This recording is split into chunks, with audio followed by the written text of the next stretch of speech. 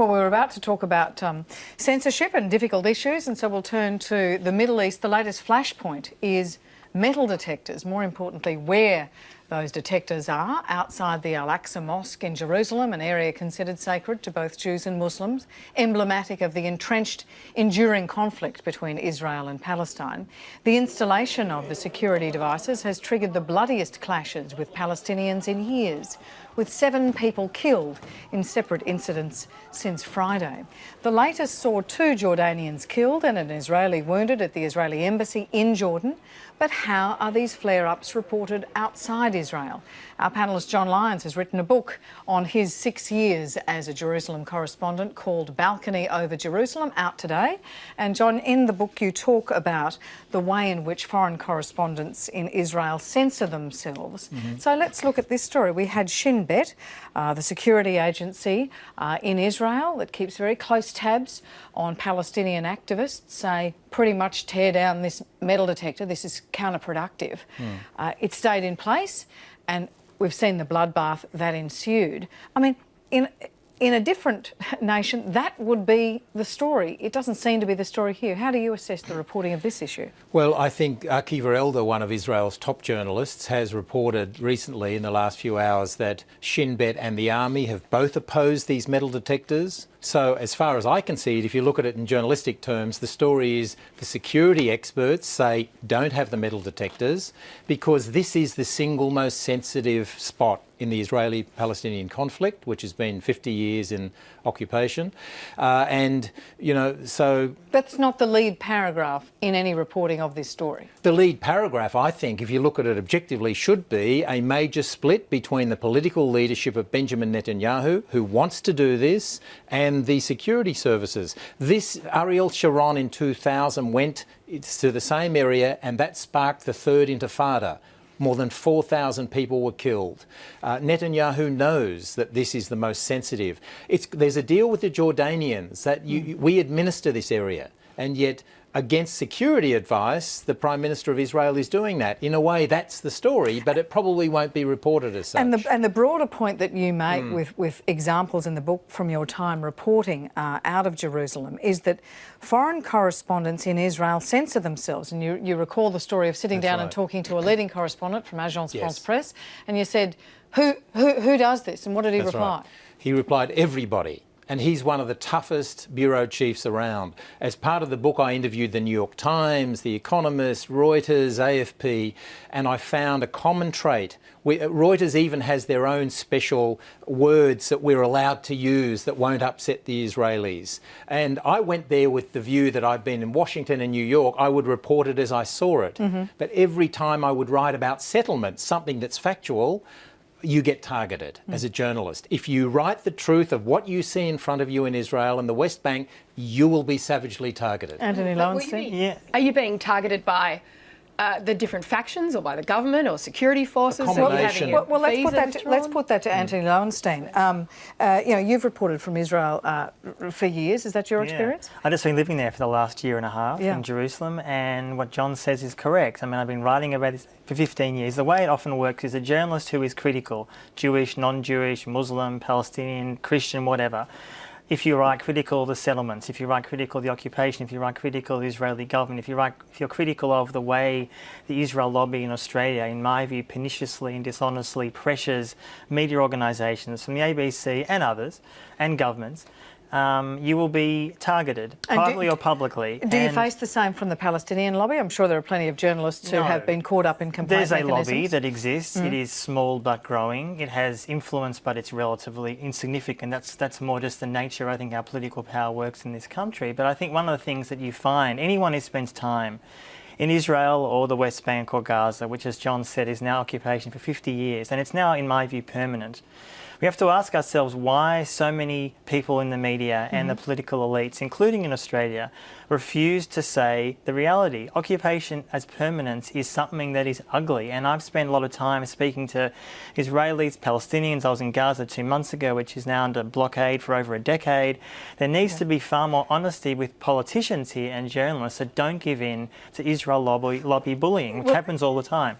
Kim, if I can turn to you and then to Lindy. I mean, I know some journalists do, and this is what I was referencing earlier, John, with the have we had the debate about refugees, you raise these. I mean, I'm a freelance journalist, I work all over the place. I'm not speaking about the ABC here. If you raise, we're doing a story around climate change, or we're doing a story around asylum seeker detention centres comes up. You know, there'll be an exhalation or a big inhalation, and in part it's a fear of being bollocked by the Australian, John, for reporting those sorts of stories. When and where have you seen journalists censor themselves? Well, I think that there's all sorts of reasons to do it, even though, and it takes a brave journalist sometimes to stand up. Now, you know, the guys are talking about, you know, war zones and conflicts and personal security and perhaps access or protecting your sources. But, you know, I think in all sorts of situations, journalists have to be careful and prudent. Talk about commercial pressures. You've worked in that commercial space. Yeah, and I think that commercial, you know, here in Australia, not in danger of necessarily being shot or attacked, but, you know, more and more journalists are vulnerable. They're much more accessible than they used to be, particularly, of social media. Freelancers, so there's social media, there's much more use of people's faces, they're much more, you know, able to be accessed, and it, you know, that can be all sorts of very strong views. There's also that commercial pressure that comes with, you know, an industry that, you know, often relies on commercial partners to keep things afloat, and there might be, please step away from, you know, have you had that sort of direction, Kim? I know of journalists who have had some pressure to move away from perhaps, you know, junk food stories, or, you know, the sugar lobby can be incredibly strong. And have you got an example you can share? Look, that's a hard one in terms of, you know, specific examples, but yeah. But also I think what's remarkable in this situation, despite the fact that I would argue that a lot of the media coverage in Australia is vehemently pro-Israel, in my view, public opinion in Australia has radically shifted. In the last 10 years in the UK, Europe, here, even in the US, in parts of the US. I mean, there's a debate within the Labor Party about whether to recognise Palestine. And that's likely to happen, possibly. How is that possible if there's not widespread report? Let's draw Lindy in. Yeah, I was going to say, I'm interested that you've got that view, Anthony, because as somebody who, you know, only watches this with the same level of interest as a general watcher, it seems to me, you know, it seems to me that that the coverage has sort of taken a pretty negative view of a lot of Israel's activities. That it seems, you know, I'm not surprised that public opinion is moving against Israel, but that seems to me because that reporting is happening, and it, you know, and I'm kind of interested to know what power it is that you think that the Israeli lobby is able to apply to all of these players. That, you know. Well, let's put that to John. I mean, you were there for 6 years. Yeah. And you talked at one stage about being pulled aside by Israeli authorities, and you had a robust exchanges. I've seen you have robust exchanges with people trying to intimidate you, John, and they backed off. All good. What's the problem?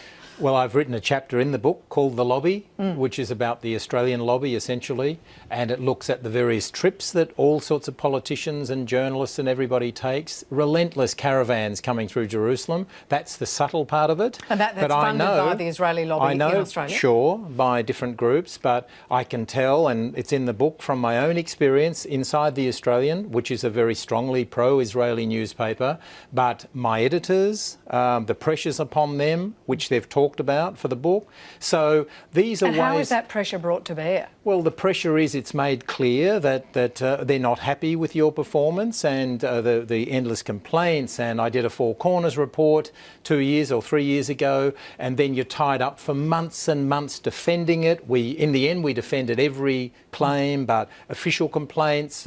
Before the Four Corners story even went to air, one of the groups in Melbourne was circulating, this is the complaint link, click on it and file an automatic complaint to the ABC. And Kim, have you experienced similar to that? I mean, you're nodding away listening to that. If you have an organised lobby, it doesn't matter whether they're lobbying for sugar or Israel, is there a kind of a wariness of journalists saying, well, you know, do I have the energy for this story? Or the resilience to stand up and put your face to a story, even a story that, you know, might be fairly researched. There are all sorts of very strong lobbies, you know, the breastfeeding associations, or, you know, there are certain stories that you tell and you know you're going to get a really strong hit back, even here in Australia, and, you know, you have to be ready for that and feel strong enough to do it. I think it's also important that I'm not arguing, and neither is John, for example, that the lobby hasn't got the right to exist. People have the right to argue for Israel, for Palestine, for trees. That's not the point.